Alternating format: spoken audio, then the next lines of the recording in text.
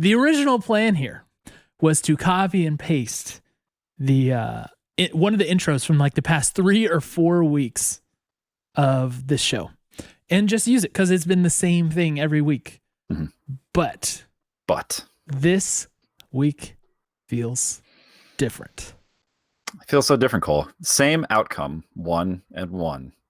Feels so different. Yeah, it's an entirely different feeling 1-1. Yep. Usually it's this mixture of despair and helplessness and just wanting like the gods of fate to toss one positive thing in your lap. Yep. Right? But this week we have hope. We have hope. We have hope. Hope we're in this. Shines we're still alive. Eternal. Cool. Yeah. The last week of the split coming up, and we're still right up in it. And not because of some weird foldy sheet math bizarro anomaly, because we played well. That's what got us here. That feels pretty good. Yeah. Well, we played well enough, we'll say. There's lots of debate to be had about this, and that's what we're going to do for most of this episode of 100 Talk. Hello, everybody. This is 100 Talk. I'm Cole. That's Jordan. We talk about 100 Thieves League of Legends. Mm-hmm. And this past weekend, I have to admit, if you roll back the tapes there of the last podcast we had, I predicted that we would go 0-2 this weekend and be living on a prayer going into week 9. There was one of the two of us here. I don't want to give too much credit to anybody. That one of the hosts of this show predicted the win against FlyQuest. The one who's not you. It wasn't me. I won't say who it was. Cole, in the same way that you're hesitant to read too much in this, I never take credit for correct picks because I don't actually think about it. I just pick what I want to have happen. And when it does, I feel great. I never say I told you so because it almost never works out that way, at least lately. But I'm elated. It went the way that I hoped it would and that I said it might. And here we are. This is great. This is all right, horn tutor. It's not best case scenario because that's beating Cloud9. Well, yeah. But we're pretty close. We're pretty close after that. I mean, that was like the number 1, number 2 team in the league. And we left 1-1. That's massive. That's a huge weekend for us. Yeah. So lots to unpack here. And I think for the first time this split, there's been true shakeup and like conversion in the opinions of fans of 100 Thieves. Mm-hmm. So this is like the first week where like, we actually have chemical reactions going on in the opinions of fans. So that's exciting. As we have one of the most obnoxious copy pastas I've ever seen in the chat right now.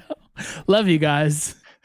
So do you want to earned a copy pasta, Cole? This is yes, we have. I'm feeling proud. Yeah. Do you have anything to that you want to hit before we actually jump into this first game against C9?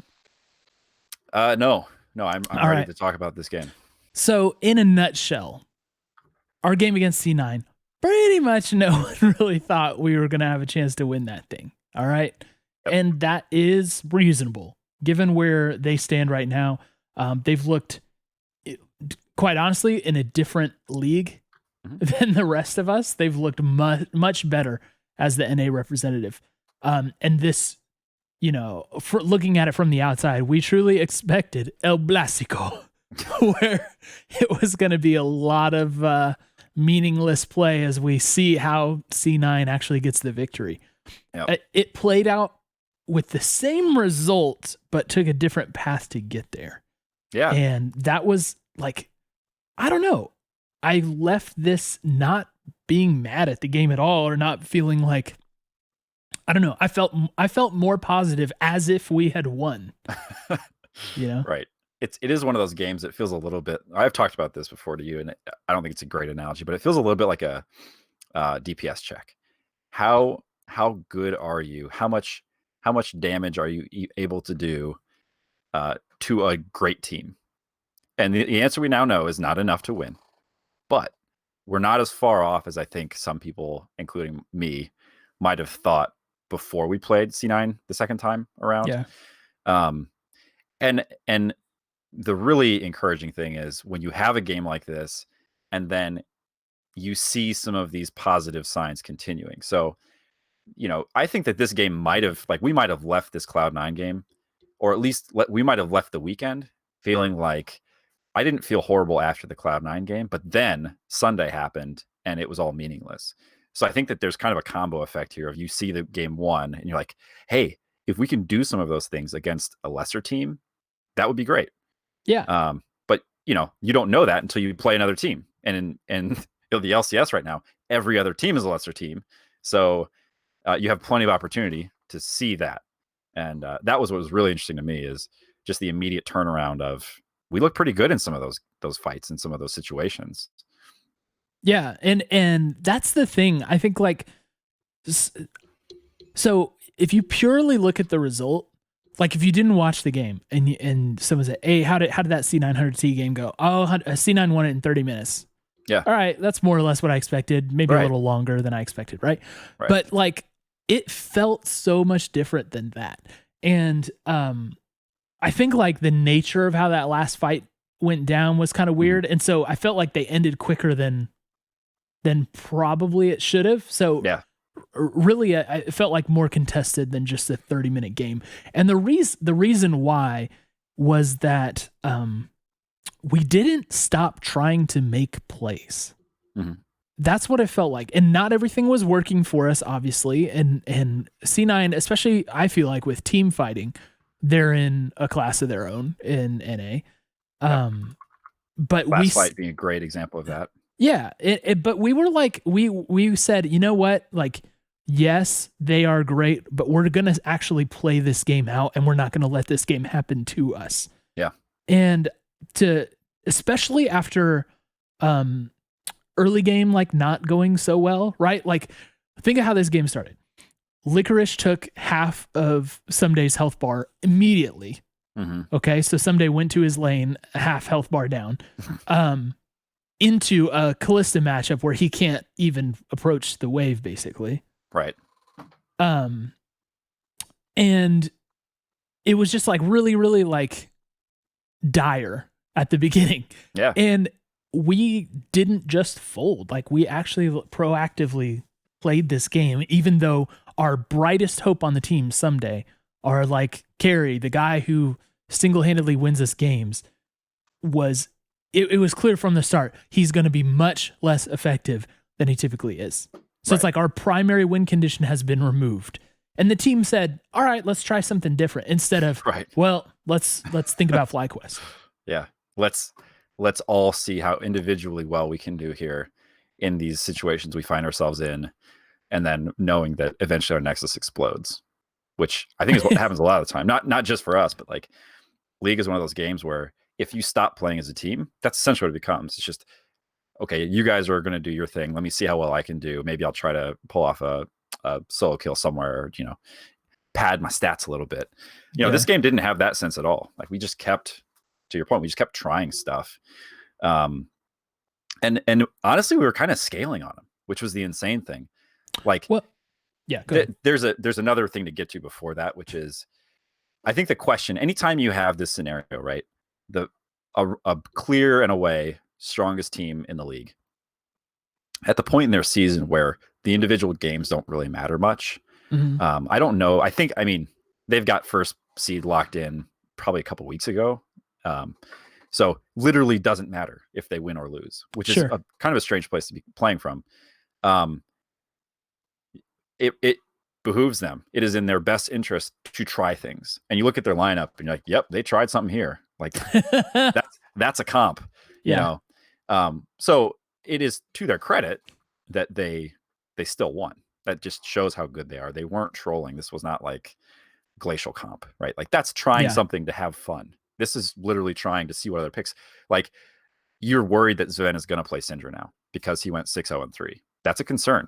If you're playing them in the playoffs, you got to worry about that now. It's like C9 is doing everything right here. Mm-hmm. So the that's Callista always pick worked, the Syndra worked, the Yasuo Grag that's all is working. right. Yeah. Yasuo, like there's a lot of things that they've showed now, they've flexed that people have to think about. Anytime you get a game like this, I think the immediate reaction is, did 100 Thieves just overperform what they would have otherwise because Cloud9 was trying stuff? I don't really think that's the case. Like, I don't think this is just us kind of making the most of the scraps that get thrown to us. I think we actually did put up a pretty good fight here. Yeah, and I want to specifically credit Meteos for a lot of this, because I think it would have been really easy for Meteos to roll over and just kind of like play passively, but he actively tried to keep them in this, and he, a couple of plays that he made really did wonders for, I think, confidence and just like not falling too far behind. He ganked mid for Ryoma, which is a rare occurrence. But it wasn't a successful gank. We didn't even get a flash out of it, really. Yeah. But at least he was trying, and he took the first Drake of the game. Yep. And it just felt like Meteos was reading the map, saying, "Okay, I'm going to be limited here, but there are some things I can do, and let me focus on those." Which was important because he was on a pick that was probably not the right pick for the team comp we were playing into. Right. And I don't think you need to look any further than the next game we played against FlyQuest to see that, because we put him on Meteos again, and he was, his impact on the game was so much different with his ult basically in play. He still went 4-3-1. Right? He played aggro on this Trundle. He has been like, this weekend was his weekend on Trundle, man. He was a menace with his pillars, his ability. I just think it's really fun to see him on a champion who has a lot of kill potential and kill threat. Like, he is not a one-dimensional champ who's there to kind of set up a play or drop some really disruptive crowd control. Like, he was there to bite people and stomp people, and he did a lot of that. It was great. Highest kills on our team, which is not usually what we see from Meteos, right? It was a fun look to see, and I think it was a foreshadowing of things to come on Sunday too. Yeah, and so I thought he deserved credit there. There was like one moment, or I don't know if you saw this, but like it was in the river on bot side. He kind of ran out of that brush that's right off of mid lane, and I think he was going at Licorice or something. No, he was trying to go through Licorice into maybe Blabber. And it was like he didn't even realize Licorice was there and kind of just like walked straight into him and then got caught out and died. That was like a weird moment. And it felt like one of those times where, if you've watched me on Rec League, guys, like I'll shoot like the Ash arrow all the way across the map, and I'm just watching the Ash arrow and not paying attention to the fact that they've like engaged on me. Yeah, right. In lane, you're being in lane. It just felt like that. But other than that, I mean, we were down 4,000 gold at 4 minutes. Or 14 minutes. 4 minutes would be a beast. At 14 minutes, we were down 4,000 gold, and we still made this game a competitive affair. Yeah, we picked up 2 Drakes. We matched them in Drakes, which they have all these crazy stats. We only got 1 turret off them, but I do feel like, we made it to 30 minutes, right? The game ended very abruptly. It ended after an ace at 30 minutes. You know? If that fight didn't go that way, we had enough power on the map that if, let's say that fight was a 3-0 for us, right? Which it wasn't close to that, but let's say it was, right? We would have ended with at least 2 more turrets, like it wasn't like we had 1 turret and we weren't even close to threatening another one. It's just kind of, that fight is where it all turned.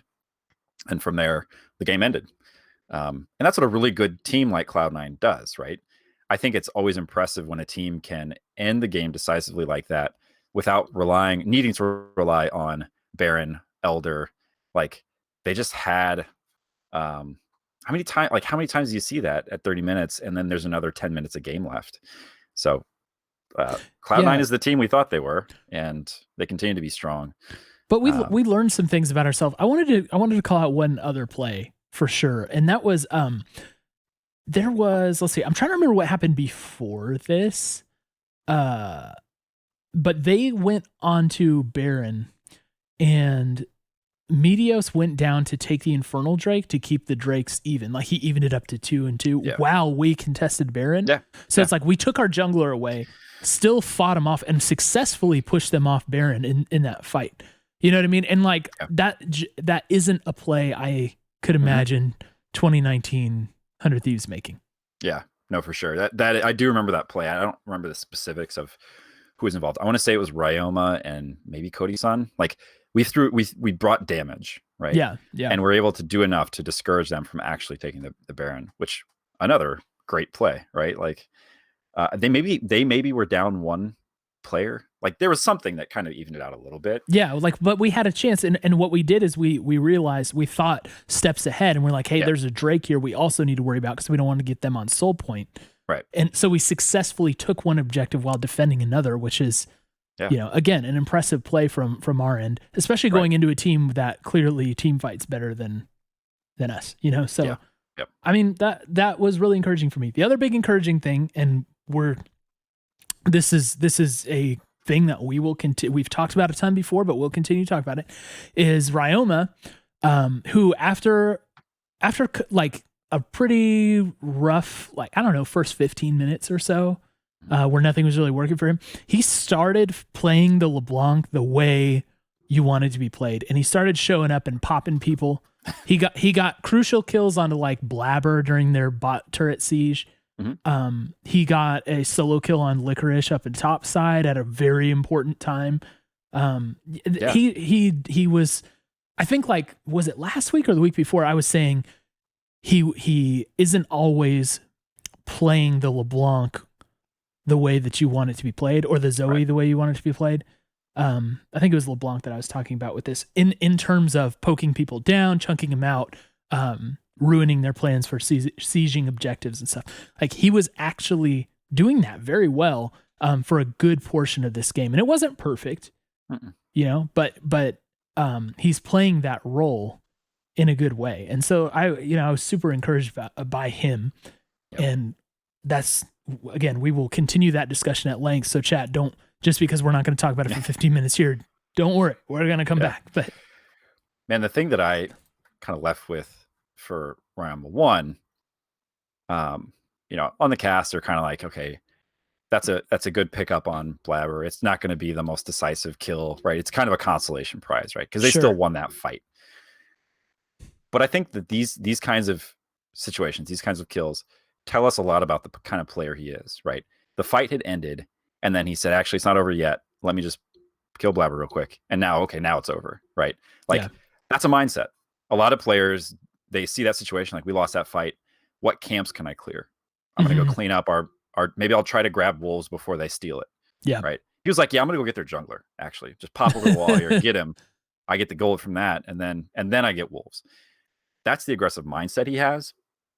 And the solo kill on Licorice, I was very excited about, obviously, when it happened, because obvious reasons. But here's the thing about it. Well, okay, a couple things about that play specifically. I went back and watched it a couple times. Licorice, this was not a surprise. Licorice knew exactly what fight he was taking, and he was taking it on the terms that he decided to take it on, right? This was not that he found himself in a bad spot and realized, like, he set up in the bush, he jumped when he wanted to jump, and he lost the fight. So this was not like Blabber when he got blown up. He was walking back to lane thinking that he'd put in a good shift, right? And then he got blown up. So this was a 1v1, bro. And so the fact that he got that kill is awesome. Important kill of the game. Super important kill of the game. Callista was, let's not forget, he was kind of out of control. Like, he was feasting in the top lane. And he was putting a lot of pressure on the side lanes, collecting a ton of farm. He was powerful. We as a team put together a couple of really key stops on him that just did enough to basically make it so that he didn't have the ability to win any fight no matter what, right? One of those, I think, was a combo. Two people showed up. Maybe it was Meteos Stunt. I can't remember exactly. I'm sure I got that wrong. But this one was just Ryoma. So that's a huge contribution in a game where you're worried that you have a split pushing presence that is going to start to imbalance the map, as we've seen it so happen so often for us with Ssumday, right? Yeah. So massive play. and it was just an outplay, right?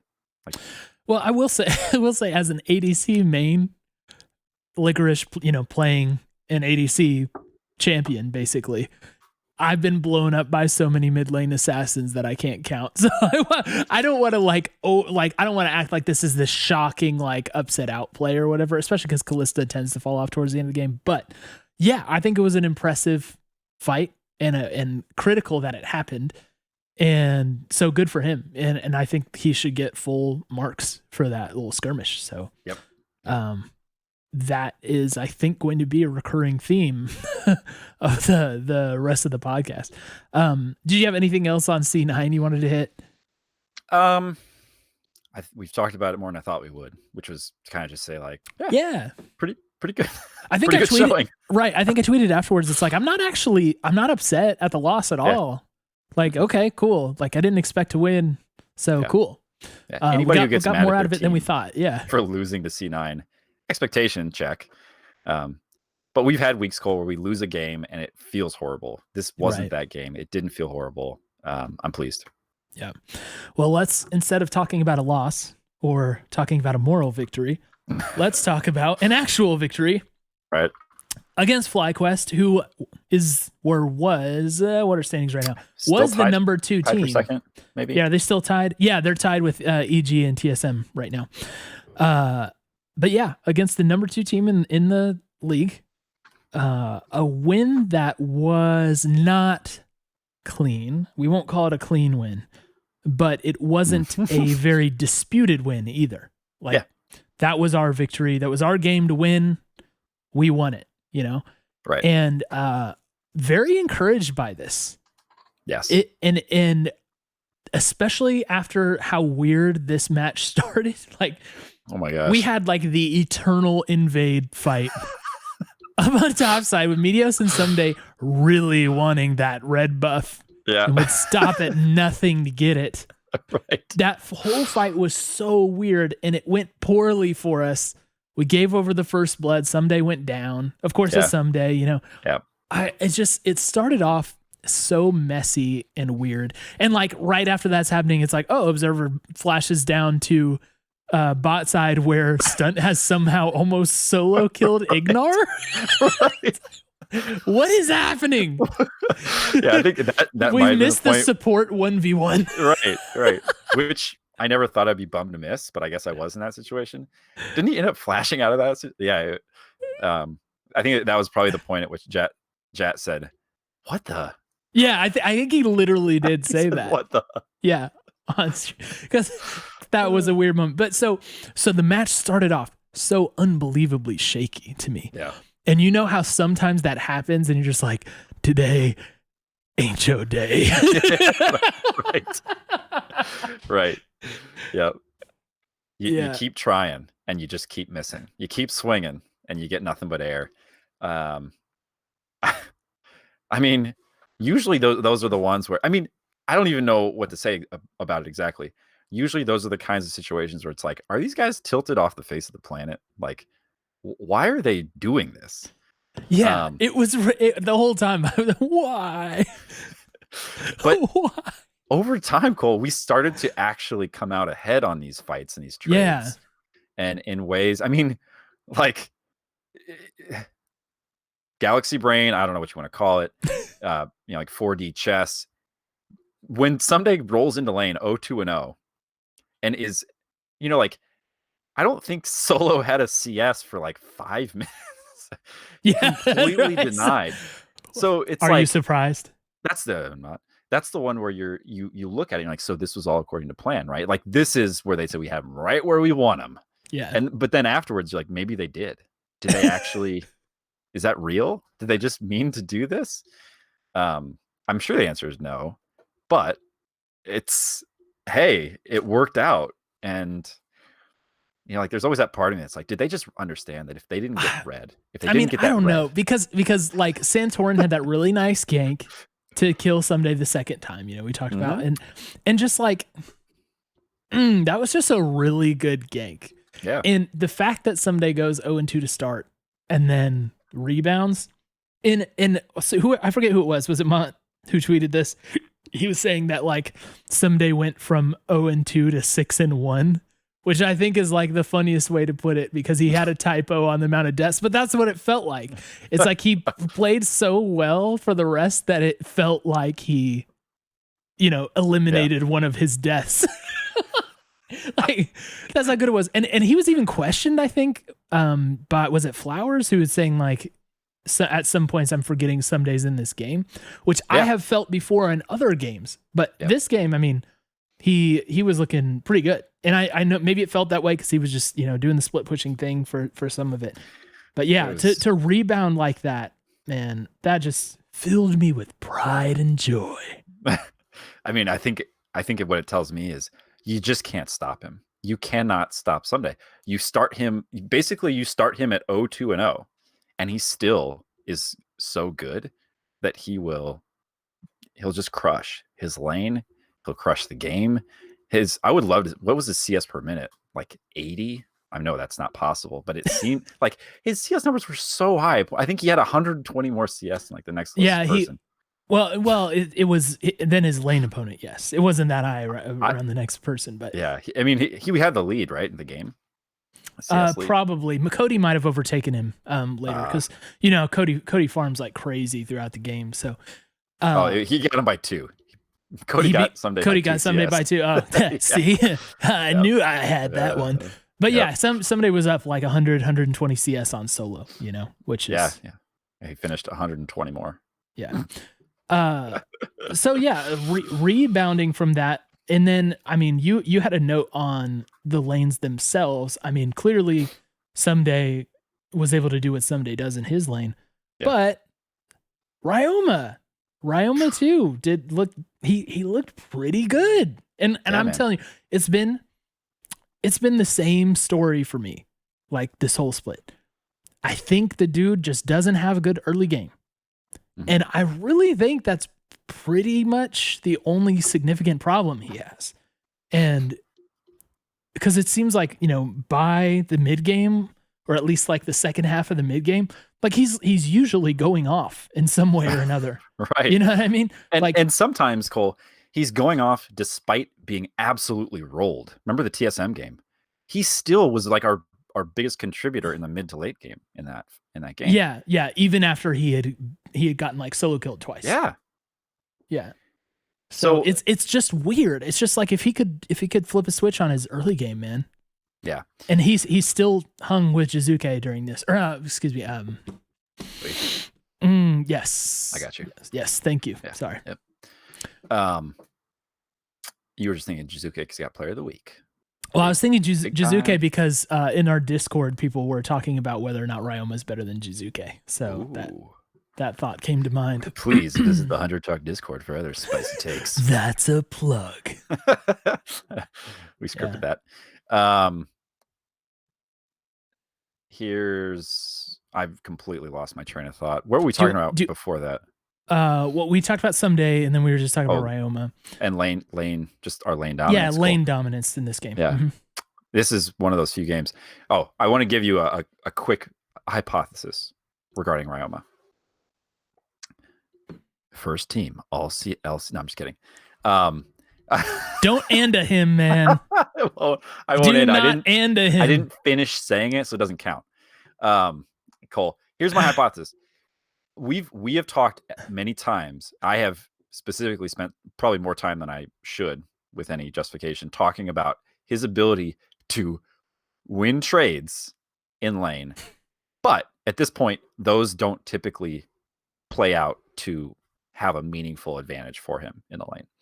I think that as he becomes more comfortable, as he develops, as his champ pool grows, as he gets the ability to play his style more and the champions that he is most comfortable on and likes to play more, those are the kinds of things where if you can tweak that just a little bit, like some of these we've noticed several times, he's this close, a smidge for the audio listeners. He's one smidge away from getting a solo kill in lane. Do you know how much of an advantage that generates for you? Like, even if you're not the best CSing mid laner, if your enemy's not in the lane, it's pretty easy. It becomes a pretty easy exercise to just pick up a few CS. So like that kind of thing, when you see it from somebody who is that close, Yeah. and you don't have to just kill somebody, by the way. If you can either knock them out of their lane, they have to back at a bad timing, that has a huge thing. So that's what I'm going to be watching for the end of this split and beyond, and more. I'm talking next split. I want to see if some of his tendencies here in lane to really go after people, because what you always worry about is they do that and they set themselves up poorly and they're the victim of a gank, or they get traded back on. Which he was really the victim of a gank. Well, he was in this game. He was ganked by Santorin kind of early, but I mean, that to me is impressive that he stuck around. You know, like he was able to hang despite that happening. He picked up a kill on Braum a little bit after that, I think, and was able to kind of hang tight. I think this dude just loves fighting and just wants to fight. Like he just wants to finish the lane phase as quickly as possible so that he can go fight. That's what it feels like to me. Let's just get this over with. And he's pretty good at fighting. You know what I mean? So I don't think he has the best mechanics among mid laners in the LCS or anything, but he likes to fight and he's pretty good at it. So, you know, if we can just fix that first part of it, you know, and I think I'm confident at this point that we can. I do think that that's something that can be fixed, and I think it can be fixed in a way that is actually pretty scary for his opponents. So I'm excited for that. I'm going to be honest with you. I was not super excited when I saw that they picked Ori for him. And I just feel like that's a champion. The last time he played Ori, I didn't love it. Yeah. I thought that his shockwave was not put to great use. He was not nearly as influential in the game as when we've seen him on Zoe, when we've seen him on LeBlanc. Mm-hmm. And my initial reaction was Zoe's open, but we put him on Ori. Obviously, Cole, I'm not our strategic drafting coach because it paid off. But I think also he just executed on his champion at a completely different level than we've seen him do in the past. And I think I always like to look at the ways I see him playing a champion different from what a lot of people see, or what we see from a lot of the other players. I feel like usually when you have an Orianna, they're there to deliver the shockwave. They're a shockwave delivery vessel. And you want to get the shockwave in the exact right cluster at the exact right time in the fight so that your team wins. He was using this thing all the time, constantly. It was basically just like he would use it on one person, on two people, you know, and I know that he's not the first to ever do this, but it's not like if there wasn't a cluster of people that there to hit with a shockwave, he was useless in a fight. Like he used it with such utility that he was a constant threat to them.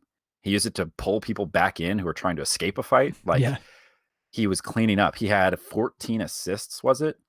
Like that thing was 14. Doing work for us. Shockwave was so good. Yeah. So, and I do want to do this, and I'm sorry to do this because you said like in the past we haven't seen him do well on Orianna, and because this is Ryoma we're talking about, and I think the narrative is so important, I do just want to point out this is the history of him on Orianna in just in LCS. Okay. First time he played it was against Liquid, where we won. Mm-hmm. And I will say it didn't feel like he was really that material in how we won that game, but that was a dub. His KDA looked fine. He could have been better, sure, but we'll call it a medium game. Yep. He played it the next game against Immortals, and Immortals won the game, but he looked like pretty decent on it. Like I thought actually he played Orianna better that day than he did against Liquid. Mm-hmm. Then fast forward to the EG game from this part of the round robin. He went 7-1-13 on Orianna. All right, and we so won. I missed that one. Yep. So I'm just saying, like it's not like he has a bad history of this champion. Right. He started off kind of mixed, and then his last two Orianna games have been problematic for the other team. That's interesting. I'm glad you brought that up because I feel like we've heard people say the same about his Zoe, right? Where it's like his Zoe's not very good. Yeah. And you had a similar response, which is he has had what seems to be multiple good Zoe games. So which ones are you looking at? And yes, I know KDA is not. It's not the full story. The shining light on this, especially with that EG game. I know he had 2 or 3 kills like in garbage time. Yeah. But I mean, he did well on that champ. Yeah. That might be maybe what I'm picking up on is the differences. It seemed like the shockwaves were just hitting different this time. Yeah. That's like when you do it so much that the casters can't stop talking about it. I mean, there was a point in this game where Captain Flowers, if you transcribe it, the cast, Captain Flowers said, Ryoma, Ryoma, Ryoma, Ryoma, Ryoma, Ryoma, Ryoma, Ryoma, Ryoma. You know what I mean? Like they said that, it a few more times. Yeah. Yeah, he might have said it a few more times. Yeah. Like that is significant. Mm-hmm. So yeah, good on him. He had a good game. More on Ryoma later because we can't stop talking about it. The 100 Talk Ryoma season currently. Now we have to talk about Stunt. Okay. We didn't really talk about him during C9. C9 was kind of a mixed bag for Stunt, in my opinion. Yeah. It wasn't egregious, but it didn't look good. And there were some, I don't think he ulted a single time as Tom Kench, which you kind of hate to see. But at the same time, there wasn't a whole lot of opportunity for him to do so. So I'm not like super mad about that. Yeah. I'd have to go back and watch more closely. But it wasn't great. Callista, you can jump on a Callista if you have two people. Yeah, it wasn't great. And I won't say it was egregiously bad. Like it wasn't that game where he was like Nautilus hooking 4 pixels away from himself and just face planting. But it didn't look awful. He had a couple of good saves. Yeah. And I thought in this game against FlyQuest, it was one of his better games. It wasn't his best game. I think that was still the Team Liquid win was his best on the Thresh.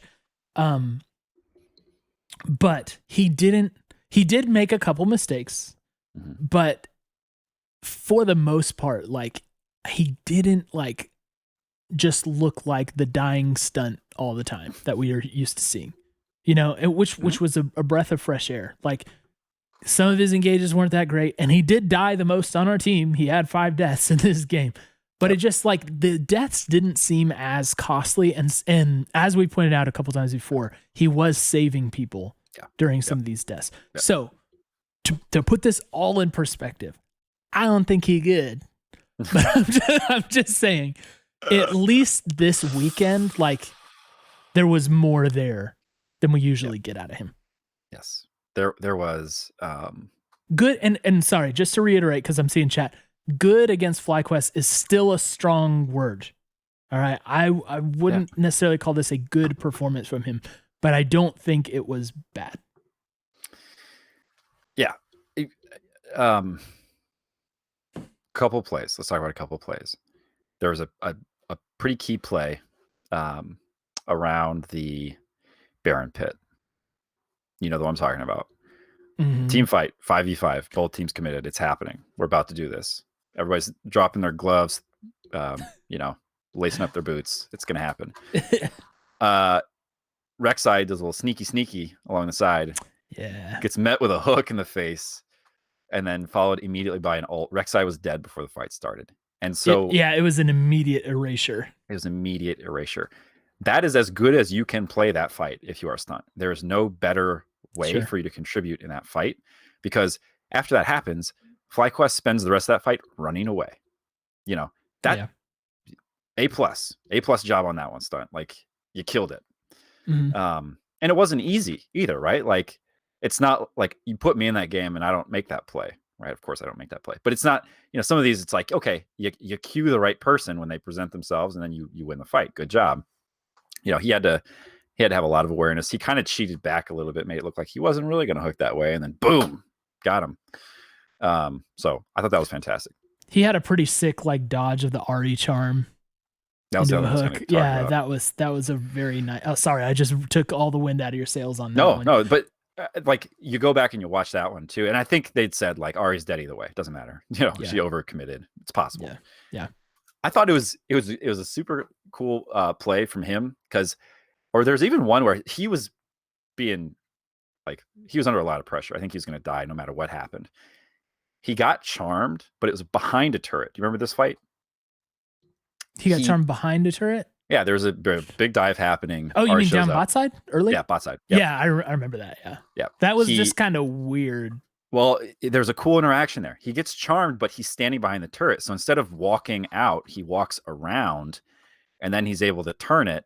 And like, I feel like some people saw this and they're like, why would he do that? it looked intentional to me, right? You get behind a turret and you get charmed, and you're just walking. I don't think there's any damage. So I don't know if it attracts aggro from the turret. So maybe we're talking about the wrong engage, because my memory of the bot dive was PoE like came out to flash charm, and he got rooted by Cody Sun on the Aphelios gun, and he ended up dying. That's the thing I'm thinking about. Yeah. Which was, I think, just a misplay by PoE more than anything genius by Stunt. But admittedly, I would have to watch that back to see what. And it's just a small thing, right? Like, this is not changing my entire perspective of his split. Yeah. But it was a cool play that I liked. Yeah, but it's important. I don't have enough from him to change my opinion, and we have played almost a full split now, and I do think that he needs to be replaced if we want to be a contender. You know, I do think that is a weak enough position for us that it should be the number one place we're looking for improvement. And it's hard to come to any different conclusion for me, like, after all this. And the fact that, and this kind of goes into a listener question that I wanted to bring up. So let's just do that portion of it right here. On Twitter, ryanbdavison says, how do we measure our bot lane's effectiveness, Stunt's KDA or Cody's? And first of all, obviously that's not like the full picture of what happens, but I think what he's getting at is Cody like held back by Stunt, or is Stunt like dying to set up Cody? Is it, you know, what, like, where does the math fall on this? And man, just the fact that we almost never talk about Cody on this pod, to me shows that this is a Stunt thing, because like, if the entire bot lane was bad, we would be talking about Cody dying all the time, blah, blah, blah, blah, blah, you know, or like Cody being way down in lane or whatever.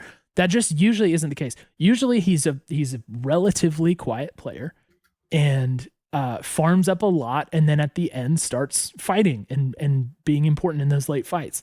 That's kind of what we get from him. He's not able to do almost anything early. It's very rare that he's able to do anything early. But at the same time, I almost never, and perhaps literally never this split, have felt like Cody was causing a problem and making us lose. Honestly, I agree with you 100%. I think this is the first game I've watched Cody play where I felt like when he showed up to a fight, I was like, oh, sweet.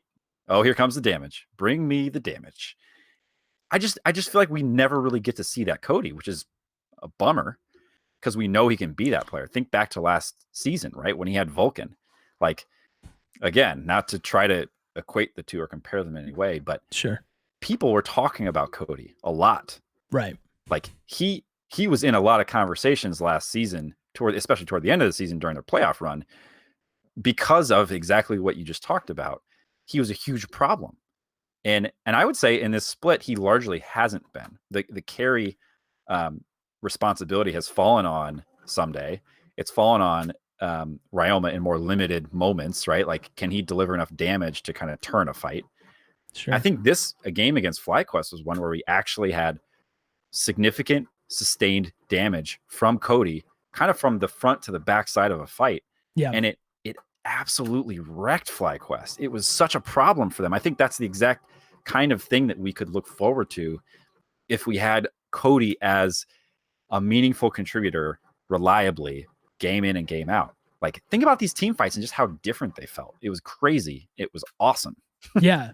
And especially because he was on Aphelios, which is a champion that he has not had good history on during this split. Ults. It's been like, still wow, missing. He missed literally every ult. I mean, he hit a couple, but they were pretty weak ones in this game. You know what I mean? It's like, man, having him on Aphelios is kind of like, we're just doing that because the champ is strong, not because Cody's good on it. But really, he was unleashed a bit because Stunt was playing at a higher level than he typically does. I wanted to call out this Twitch comment from Cosmic Flash because I feel like this is a pretty interesting and good way of putting it. He said it's Stunt saying, look, he's talking about the lack of synergy between the two, right? And Stunt seemingly wanting to fight when Cody doesn't, which is probably a reason why he's dying sometimes. He says it's Stunt saying we can fight this, and Cody saying no because Stunt is a god in solo queue and Cody is a god in LCS. So they have different standards on what is winnable, which is hilarious. I think the hierarchy of gods on that one's pretty clear. Yeah. Pantheon. But I will say, so I think the whole point of the question from Hexit was because Ryan B. Davison is Hexit, I just found out in Twitch chat, is like, maybe Stunt is not as bad as it seems because he is doing his job and being the one to die. But I think he's been bad. I think he's been bad and needs to be replaced. Now, thank you to him though for during this FlyQuest game, finding a way to be effective and making sure that we, we're in position to win. And again, it wasn't a clean win, and it probably could have been cleaner if he played a little cleaner. But it was a win that belonged to us, and we took it. Yeah. We did not throw it away. There was one fight late in the jungle where we almost threw it away. We gave it a little bit of a try. Thankfully, we did not manage to throw it away. I kind of think of it like, I think our expectations there's a natural tendency for your expectations to lower over the course of a split based on where you're starting from.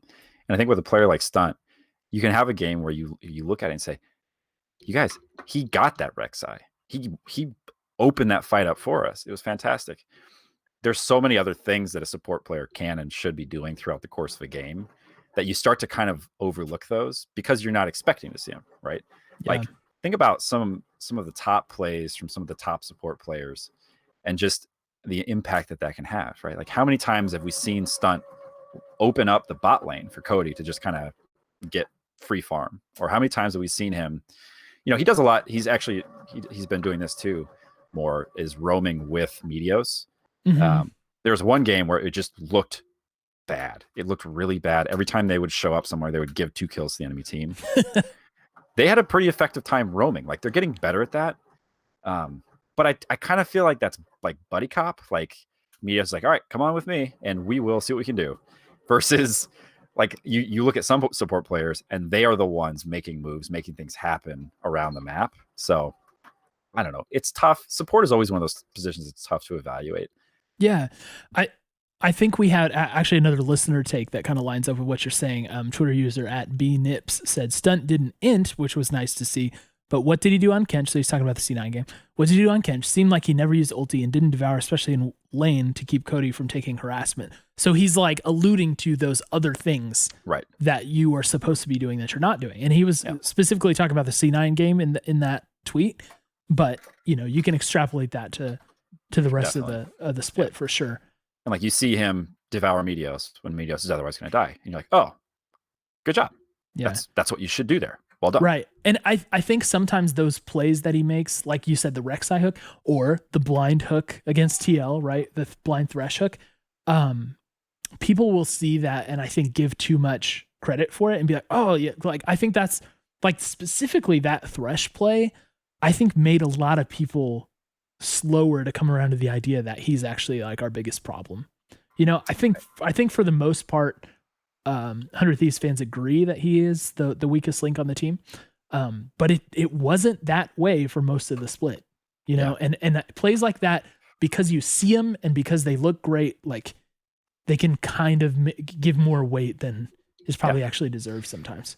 And honestly, there's no question in my mind. I can say there are very few things, Cole, that I say on this show with no hesitation. This is one of them. He is the weakest link on this team.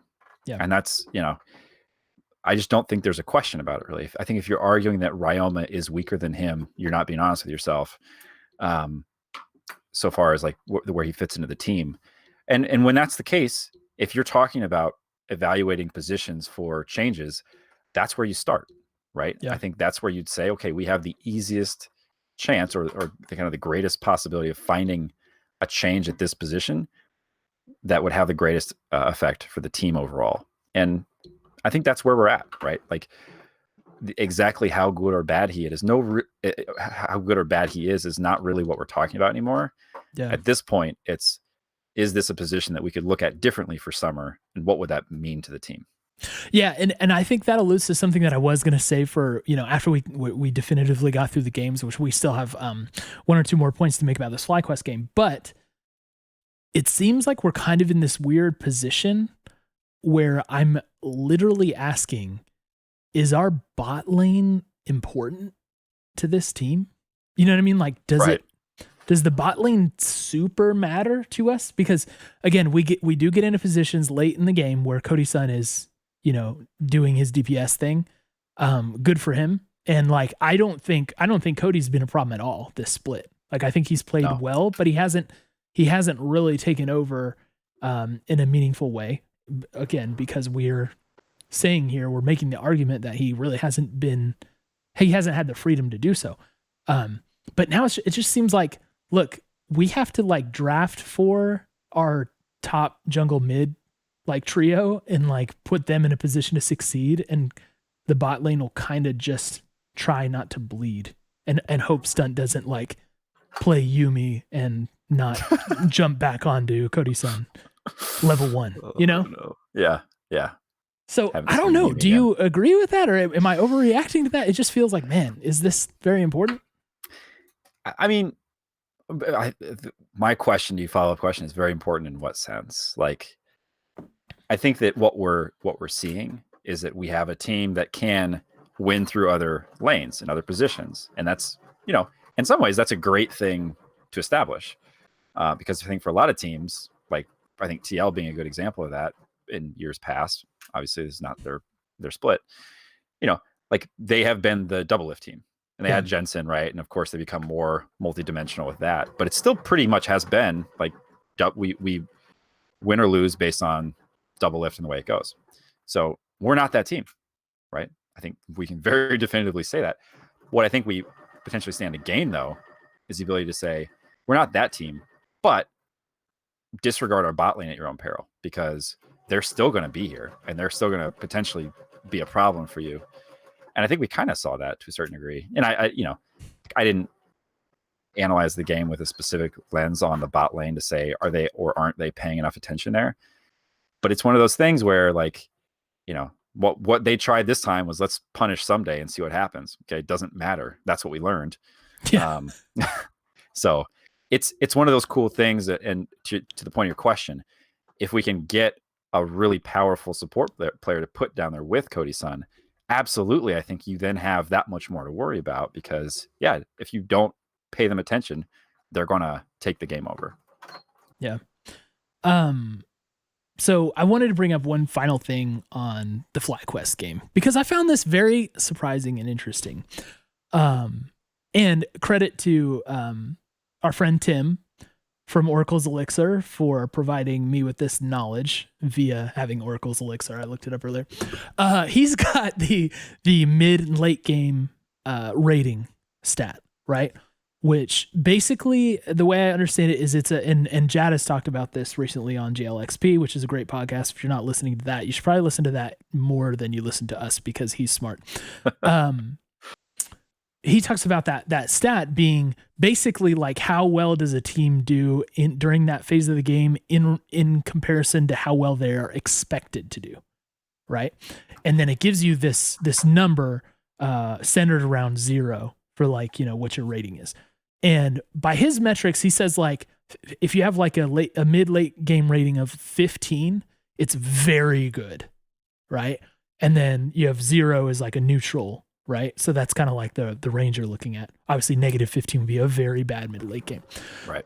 So if you go back and look at the team stats for this, Jordan, who do you think is the number 1 mid-late game team in the league?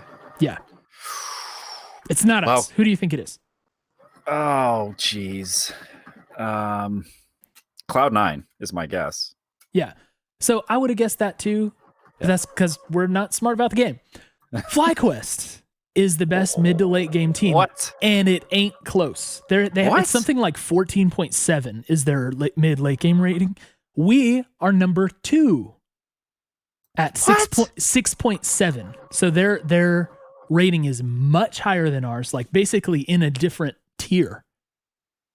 And we're number 2. We just edge out C9 and somebody else. Like we're barely ahead of them, but we are in second place for mid late game rating. So it's interesting to see this game, which basically revolved around the mid to late game. Yeah. And with them supposedly having, being set up to succeed way more than we are historically, and us being able to get the win convincingly. Like, I thought that was awesome. And that's gives me shocking, because again, think about Ryoma, about like, we know his early game is just not good. Yeah. But the mid late game for us has emerged as a strength, which I know that is kind of a 100 Thieves signature, like throughout the history of the team. Okay, but this is a brand new like set of players in its own way, I guess. I guess we got 3 of the same from 2018. Right. but what I'm saying is like this is like a new era, you know, and that still has emerged as an advantage for us. So it's kind of like we're able to survive the rougher early games and do better than expected in the mid late game. So much so that we're rated higher than almost every other team in the LCS, and we just took down the one that is rated better than us. So. Yeah, that is very surprising to me. Gonna be honest. And there's an interesting thing here to think about, and that's maybe we played this crazy early game, just nonstop fighting, with the hopes of, I mean, if your game is mid to late game, if you're FlyQuest, if that's where you win games, and you're down in every lane CS at 7 minutes, that slows your ability to kind of roll into mid to late game. So I think that's a really interesting thing. I don't know, who knows whether or not the team was intentionally going about it that way. All I know is this is a look at an early game that we've not seen from the team before. So if it was there to kind of create problems for FlyQuest in ways that maybe other teams haven't been able to, hey, hats off to the coaching staff on that one. Yeah. All right. So let's zoom out a little bit. Let's talk about some general things that we notice or that we're watching, paying attention to. And then, of course, we'll revisit the Ryoma thing one more time to make some general calls on him. Something I noticed, we did some weird things this weekend in the way we played these games. One of like the C9 game, we just had some unusual rotational play. Unexpected groups of people in unexpected places on the map. Yeah. The most notable being a 5v5 in bot lane when tier 1 turret was still up, which I was trying to think if I've literally ever seen that. I've only, this is only the 3rd season of League of Legends that we've watched. But I couldn't recall ever seeing that before. That was wild, man. Like, strange. And it seemed, I'd have to go back to watch it to make sure. So Chad, if I'm just outright wrong about this, I'm sorry, but it kind of seemed like our idea more than theirs. That we were there, and then the other thing was as we mentioned during the FlyQuest, like just the weirdness of how that game started. Yeah, the different kind of roams that were being made by different players throughout that game, the timings of those roams and everything was just like different than what you'd expect and outside the normal patterns of play. Mm-hmm. And I'm trying to decide what that means and if it's good. Clearly we feel like we had a good weekend here. Yeah. But is this just like everybody being like, look, it doesn't matter. Let's just go figure out a way to do this. Is that good? Like, how do you feel about this? Or am I like raising too much about nothing here? I mean, it does feel like we had a different game plan. It kind of feels a little bit like, you remember the week that Zix was sick with the flu. Yeah. And, we had Jungle Juice in there kind of coaching, right? Mm-hmm. Like it felt like a little bit of a different team. Right. And, in meaningful ways. I would love to hear I can't wait for the heist this week. I want to see what is going on with this. But I mean, it's, I think, important to mention here that they're doing this at a time, basically, I mean, these aren't must-win games. These aren't win or go home games, but they're as close as you get. So it takes a ton of gumption to say... Gumption. I mean, there's the word of the day. Good job, Jordan. Sorry, go ahead. Making it into the show notes. We're going to do it. To say, against Cloud9, yeah, not so much, right? On that one, it's kind of like, let's just see what we can do. For FlyQuest, like, the start of that game is a huge roll of the dice. And...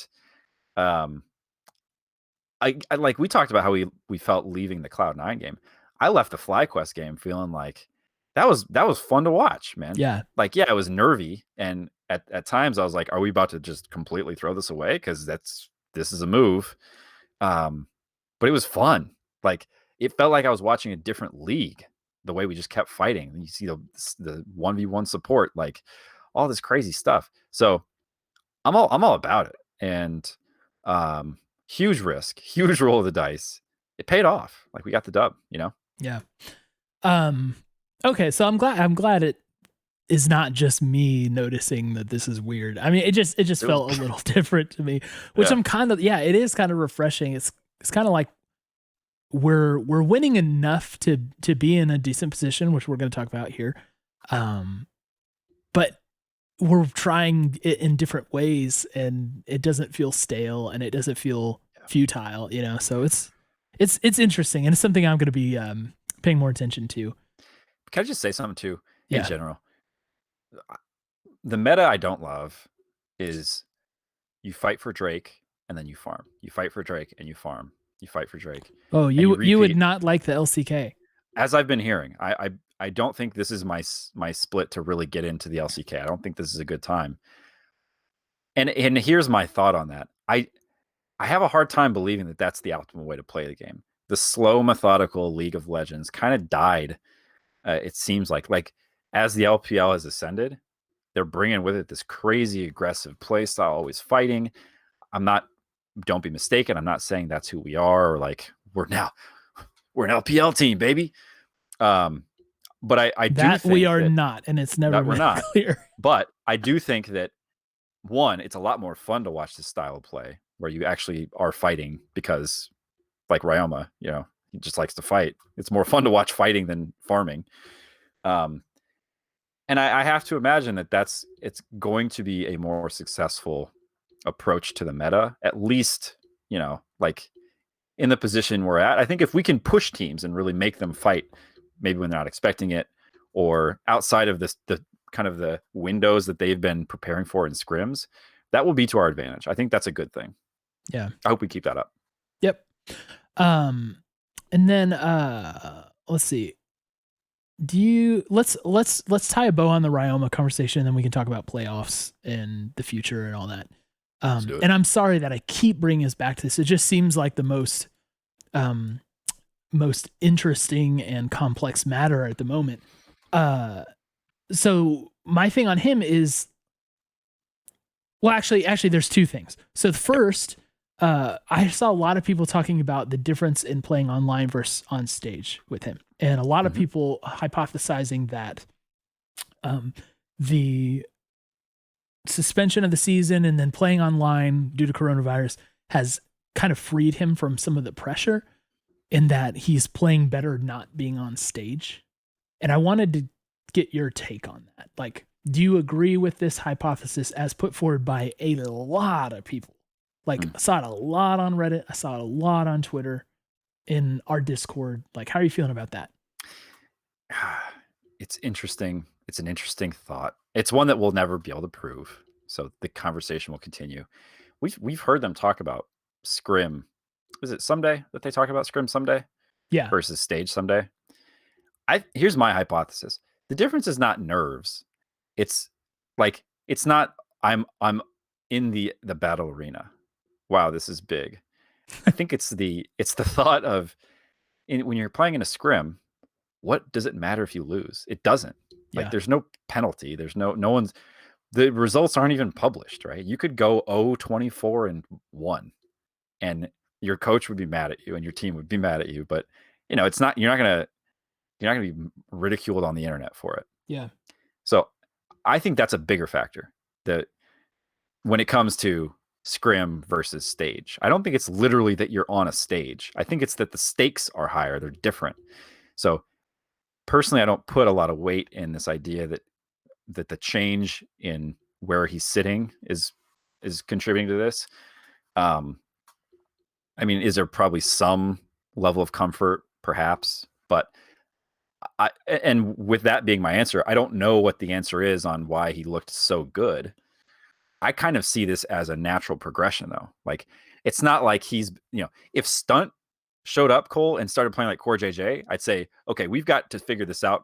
Is there a scrim or a stage thing going on here? Yeah. I think this is just more of Ryoma being Ryoma. Like, I'm not looking at this as, where was this Ryoma the whole split? Oh, he plays differently when he's not on the stage. So that's kind of my thought on it. Yeah, and I will say that from my high school days as an athlete, and just hearing from, you know, professional athletes and everything, like, it seems like routine is a way for athletes to maintain consistency and performance, and is something that, as far as games and performances go, is desirable. Like, you want to have your routine for the game.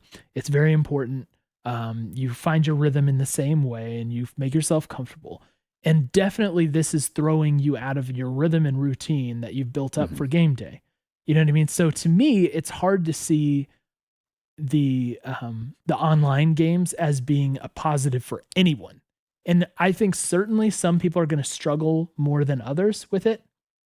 But for the most part, it's like, yeah, I just don't see this as the responsible thing. I don't think this is online Ryoma. And how do we get online Ryoma? I'm much more on your side of the progressive thing. And here's like, and that leads into the other thing. This weekend specifically, has been the week that Ryoma converted the most number of fans into believers, right? The response to his performances this weekend has been greater than any other week in LCS. People, I saw this a lot. People talking about, I really didn't believe in him until this weekend. Okay. Yeah. And I know that, again, chat's going to go off. I know that there are some of you guys who don't think that way. Some of you who have seen potential in him and wanted to see that. And then some on the other side who still aren't convinced by this past weekend's performances. But to me, I feel like you, whereas Ryoma has been building this whole split. We haven't seen him go in the negative direction, right? Really, like, at all, I don't think. Maybe there was one game that he played that was worse than a game he played previous. I don't know. But in general, like, if you graph it, this dude's progression in my eyes has been very good. And the whole argument that you and I made on this podcast since Ryoma was signed was, we need to give him enough time before we make any sort of judgment about him. And both of us felt like a full split is enough to get an initial idea about him, and that he would need more time beyond that before we really knew what we had. Right. And I have seen him play better than he got credit for most of this split. And then now it seems like people are starting to come on board with that take. I don't think this is him elevating all of a sudden. I think this is just part of a normal build that he's had this whole time. And he has an upward trajectory. I don't know how high the ceiling goes. I don't think he'll ever be Bjergsen. I don't think he'll ever be Jensen. But I do think that the direction for him is up. And if we continue to give him the chance, he will continue to get better. So I personally, I will right now tell you that I want him for summer split. I want to give him the entire summer split and see how he develops. And I'm glad that he was able to convert more people this weekend. But please don't think that this is a sudden thing. Like, if you go back and watch, he has not been getting enough credit for what he's done this split. And he's not there yet. He's not this, he hasn't permanently earned an LCS starting spot for as long as he wants it. He's not there. But we're moving in the right direction, and he shows enough to me that I want to make him a part of this team for summer as well. I don't think this is experiment over time. I agree. I think that's right. I would be fascinated to know, for those people who've changed their opinion, or even people who didn't have much of an opinion before, what was it? What was it that what was the moment where they're like, oh, this kid's legit? Is it the shockwaves? Is it the solo kill? And then when you answer that question, I think it would be fascinating to go back and look at some of these other games. How could they have gone differently? If he gets a solo kill on Crown, and then the storyline is Ryoma, the new kid from OS, kicks Crown out of the LCS. If it's the solo kill on Licorice that have people saying oh, this, all right, okay, he can play. Is that part of the story then? If he gets that kill on Crown, I don't know. Yeah, and it doesn't matter to me really. It's just interesting because it doesn't change how I feel about it. Right, I look at that almost kill on Crown and say that was a good play. Right, that was a flash of something that I want to see more of. And that flash turned into a light bulb turned on when he picks up the solo kill on Licorice, right? Like those are the kinds of plays that we can continue to expect from him. The kill on Blabber, right? Like these are all starting to accumulate in a way that makes it seem like that was not just a lucky play from a kid who doesn't really belong here. Like that's what we can expect from him. That's his play style. That's his signature. He is aggro. He is going to find picks. He is going to make plays. And I think we can only expect more of that. I would love to know, for those who are just now realizing that, like what could have gone differently. Yeah. So maybe people can weigh in Twitch chat and on Twitter. Let us know. But anyway, so I mean, I'm happy with how that experiment has gone so far. I'm ready for more of it. Hopefully he can truly transition into, a perma starter for LCS. I like the kid, man. So that being said, he's got a great mentality too. Yeah, he does. He seems to be sitting back and learning. He seems to be calm and even. Yeah. Yeah. He seems to be bonding with the team. Like the intangibles, based on what we're shown, seem to be very strong too. And that's worth a lot. Yeah. So here we go. Playoffs. So we have found ourselves actually with our destiny in our own hands, which is unusual, as you alluded to. We have a very high chance of, if not outright making playoffs, being in a tiebreaker to get to playoffs. And the math on that, so there was a Reddit post that it's not the foldy sheet post, but it was from the perspective of assuming every game is 50-50 coin flip. Here are the odds for the different scenarios for all the teams to make playoffs. Here's the blurb on 100 Thieves. 100 Thieves, it says there are some scenarios where 100 Thieves doesn't make tiebreakers for playoffs. So for that to happen, so for us to not make at least a tiebreaker to get into playoffs, all of this has to happen. TSM has to beat us. Team Liquid has to beat both FlyQuest and C9, the first and second place teams. CLG has to beat us as well. So we go 0-2, and Team Liquid wins their 2 games.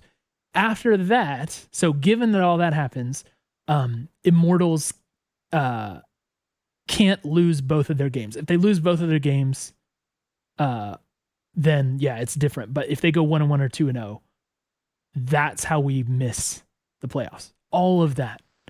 It doesn't seem very likely.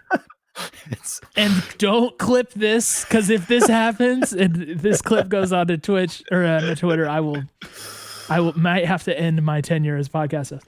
But look, the math on that is very good. So that ends up being, it's like a 95.3% chance that we'll at least make tiebreakers. And basically, if we win one of our 2 games this weekend, then we're in. Yeah, that's insane. Not a bad position to be in when you've got CLG on the schedule. That's a great position to be in. I hadn't really realized the fullness of how great the position was until you just said that. How can you not feel at least hopeful at this point, right? And again, if we aren't in it, we'll look back on this moment and chide ourselves for being overly optimistic. But CLG is not a team that anybody goes into expecting to lose. Yeah. It's the exact same way that Cloud9 works, right? CLG works in the inverse.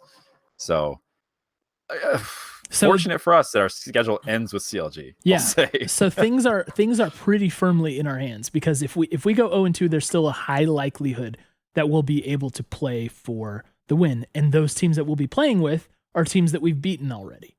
You know, so it's like, I don't know, it's feeling pretty good, which I mean, there's mixed opinion on that, on how good that was at the beginning of the split. Like some people would think playoffs is an amazing result for the roster we put together. For you and I think playoffs was a symbol of that thing, trust the papa. This thing, trust the papa. That was like the bar we're trying to clear. Yeah, that thing, trust the papa. So it feels great to be in that position. And there's even like a reasonable chance that we could top 4, which is important because the new playoff format means that if we hit top 4, we get double elimination. Which is so wild to me that's actually something you just said we could do. Yeah. Feels very crazy. Right. And Pat Mawini says in chat that CLG could win. It's not a sure thing that we destroy them. Yes, you're absolutely right. But I'll take our chances having just beat FlyQuest and been reasonably competitive against C9.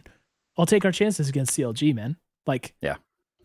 And I mean, that is not necessarily a position that I thought we'd be in. I thought we would get, if we got into playoffs, it would be by the grace and mercy of the other teams, not that we could will and win ourselves in, you know? Right. And Cole, not to really like look too far into this, but TSM, the mighty TSM, who on Saturday defeated Golden Guardians and has defeated C9, did lose to Immortals. So now that's not like, oh, shameful, but they're not invincible either. Cole, they're not invincible. I will say I still am not sure. Like, to me, it feels like we match up kind of badly against them for whatever reason. Maybe it's mid, maybe it's because it's Bjergsen. But it just, the TSM thing, it always feels a little bit rougher of a matchup for us. Now, I want to bring this up. There was a tweet earlier from the LCS stats account, and they're comparing team form from the first round robin to the second round robin. And I think that, you know, if you're looking at predictions, that's like a nice place to start for, you know, for how this could go. So if you just look at record up to this point in the second half of the split, Cloud9 is of course at top with 6-1. We're 5-2 on this half of the split, tied for second place with EG, ahead of the 4-3 TSM. Again, they haven't played us yet, so if they beat us, then we're basically tied with them for a record. Right. But yeah, that's like that. Put it in it that way, you gotta like our chances. And again, going to a tiebreaker scenario, you know, the teams that we're battling against are all below us on this. FlyQuest is 3-4 for the split. Immortals is 3-4, or for the second round robin. Immortals is 3-4. Team Liquid is 4-3. You know, so it's just like, I wouldn't have thought we had so much control over it up to this point, but we clearly do, and that's a great feeling. It is, man. Like, especially given the way the first round robin went, this is fantastic. This is an excellent position for us to be in. I think it's okay to feel good about this, Cole. We've become a bit callous, I think, over the last year and a half to say, are we sure this is legit? Yeah, undeniably. Yeah. So, you know, obviously we're not the new best team in the LCS, and we shouldn't get ahead of ourselves. But I think it is worth kind of pointing out and celebrating the fact that we've put together a really decent second round robin, a really strong one, on the back of some, I'd say, meaningful and significant improvements. Should we talk predictions? Yeah, sure. And I will point out, we're also in a good position in another way, and that's that we play the very last game of this split. Okay, so we play TSM Saturday at the beginning. It's actually like the ideal schedule to play these games in my mind, because we are the first game of the weekend and the last game of the weekend. So we play TSM on Saturday, which is nice because like at that point, all the momentum's in our favor, right? Because we're coming off of a successful weekend and there's no looming pressure from the results of the other games. Right. So say if Team Liquid beats FlyQuest or Immortals beats Dignitas, whatever, like that, and puts the pressure on, that stuff is happening after we play our first game. Okay. So that mounting pressure will kind of go away. And then when we play the last game, we know exactly what the stakes are. You know what I mean? And at that point we could have already clinched playoffs and play with pressure off. So I kind of actually really like this schedule. And we're playing last. Now, as far as predictions are concerned, I'm going to go ahead and say it. I don't think we're beating TSM. I do not. And I know that they are back and forth. I think who was it? On the dive, someone keeps talking about how TSM is so unpredictable, like so roller coastery. Sometimes they look amazing, like when they beat C9. Sometimes they look terrible. But again, for whatever reason, they are in our heads a little bit, I think, and tend to outplay us. And then we have a very difficult matchup in mid lane for Ryoma.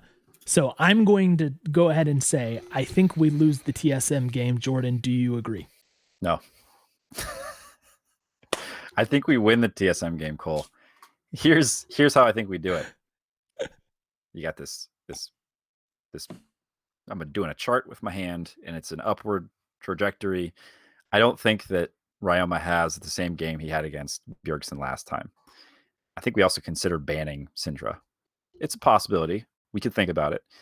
Got to ban Zillion too. The Zillion Scion is no longer a nightmare machine. No, Bjergsen Zillion still gives me PTSD, man. Whether or not Scion's involved. Yeah. It's true. It's insane. It's so good. So I think that I'm super excited to see that. I think there's a great redemption story here waiting to happen if he can actually show up in a way that is more positive than the last time around.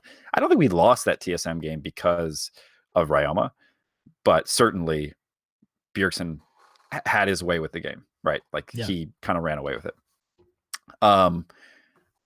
Ssumday. He's still a problem. But our friend Broken Blade, who I am so fond of, I love this guy.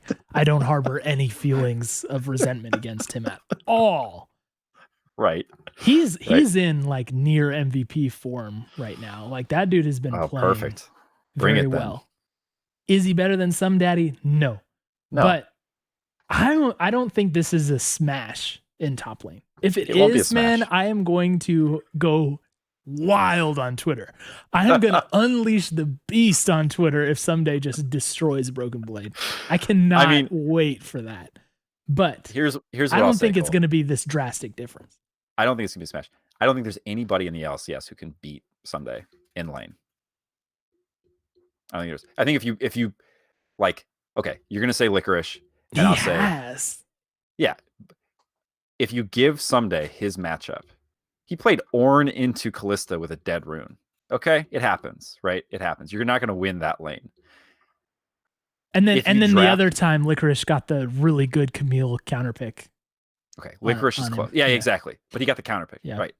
So if Ssumday gets to play his game, if he is set up the way he would like to be set up, there's nobody who beats him in the LCS. I'll just say it. I'll say it, and I'll put my foot down on it. So Broken Blade can be having a great season if he wants. The split can be fine if he wants. It's not going to be one that comes out that poorly for Ssumday, I'm convinced. Yeah. So I think we win that. So you think we win that matchup, and then what do you think about mid lane though?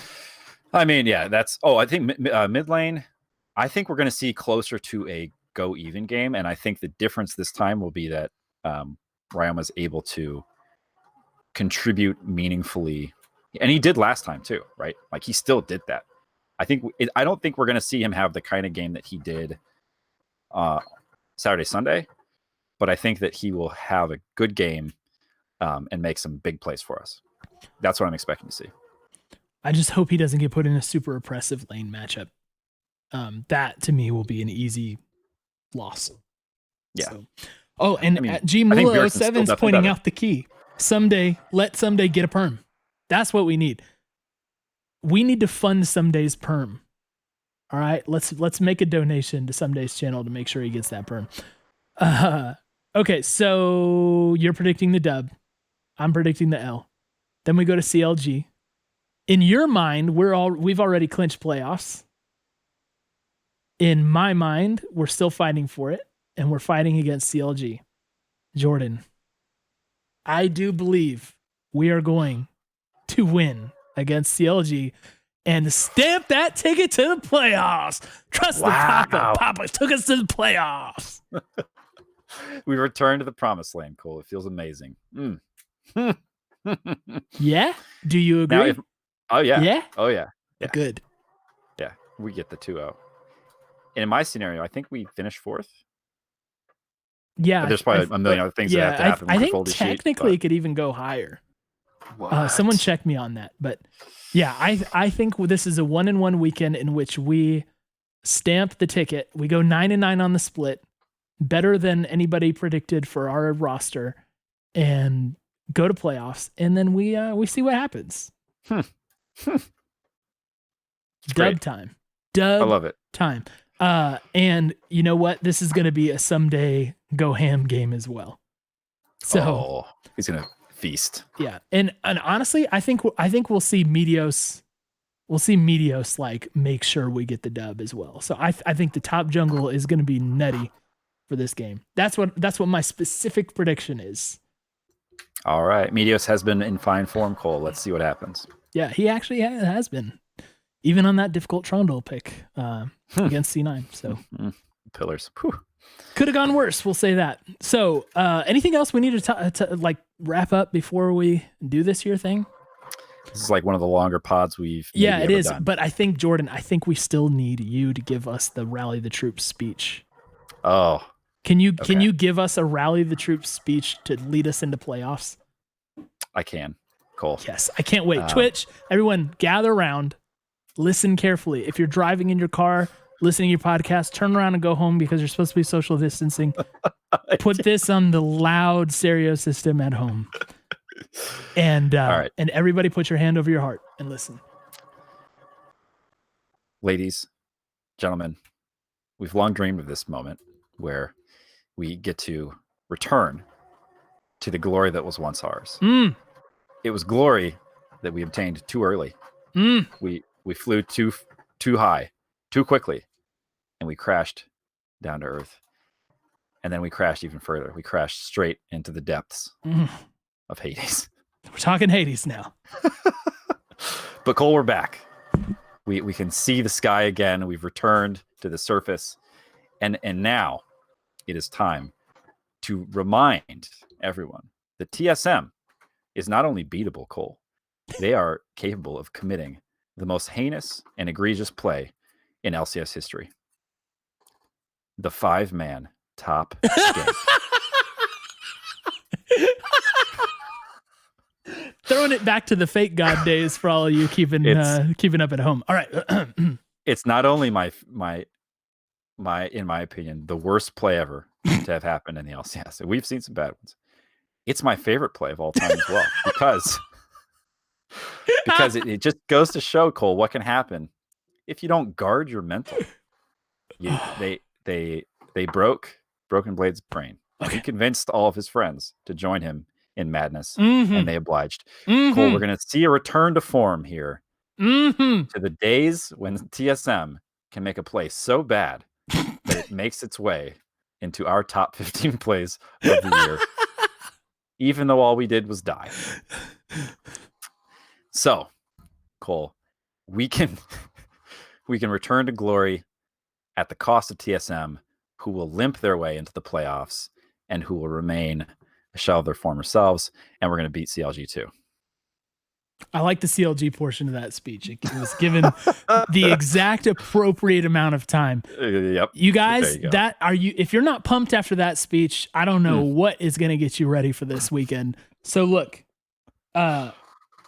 carry that energy all week long. Let's get spicy. Let's get rowdy on Twitter, and let's get rowdy in the Summoners Cup. Oh, Thursday, the Summoners Cup kicks off. And 9 p.m. Central, 7 p.m. Pacific. Finally get the group stage of the Summoners Cup, our tournament extravaganza, with our community teams being captained by the most excellent 100 Thieves staff. I'm very much looking forward to that as the warm-up festivities. You know, it's like when you have homecoming and you like smash the car up, you know, outside, like in the all the stuff before the game. This is that. That's what the Summoners Cup is this week. All right. That's exactly right. We're all going to take a sledgehammer and smash the car and get ready. And we're going to bond and we're going to go in there and just destroy this weekend.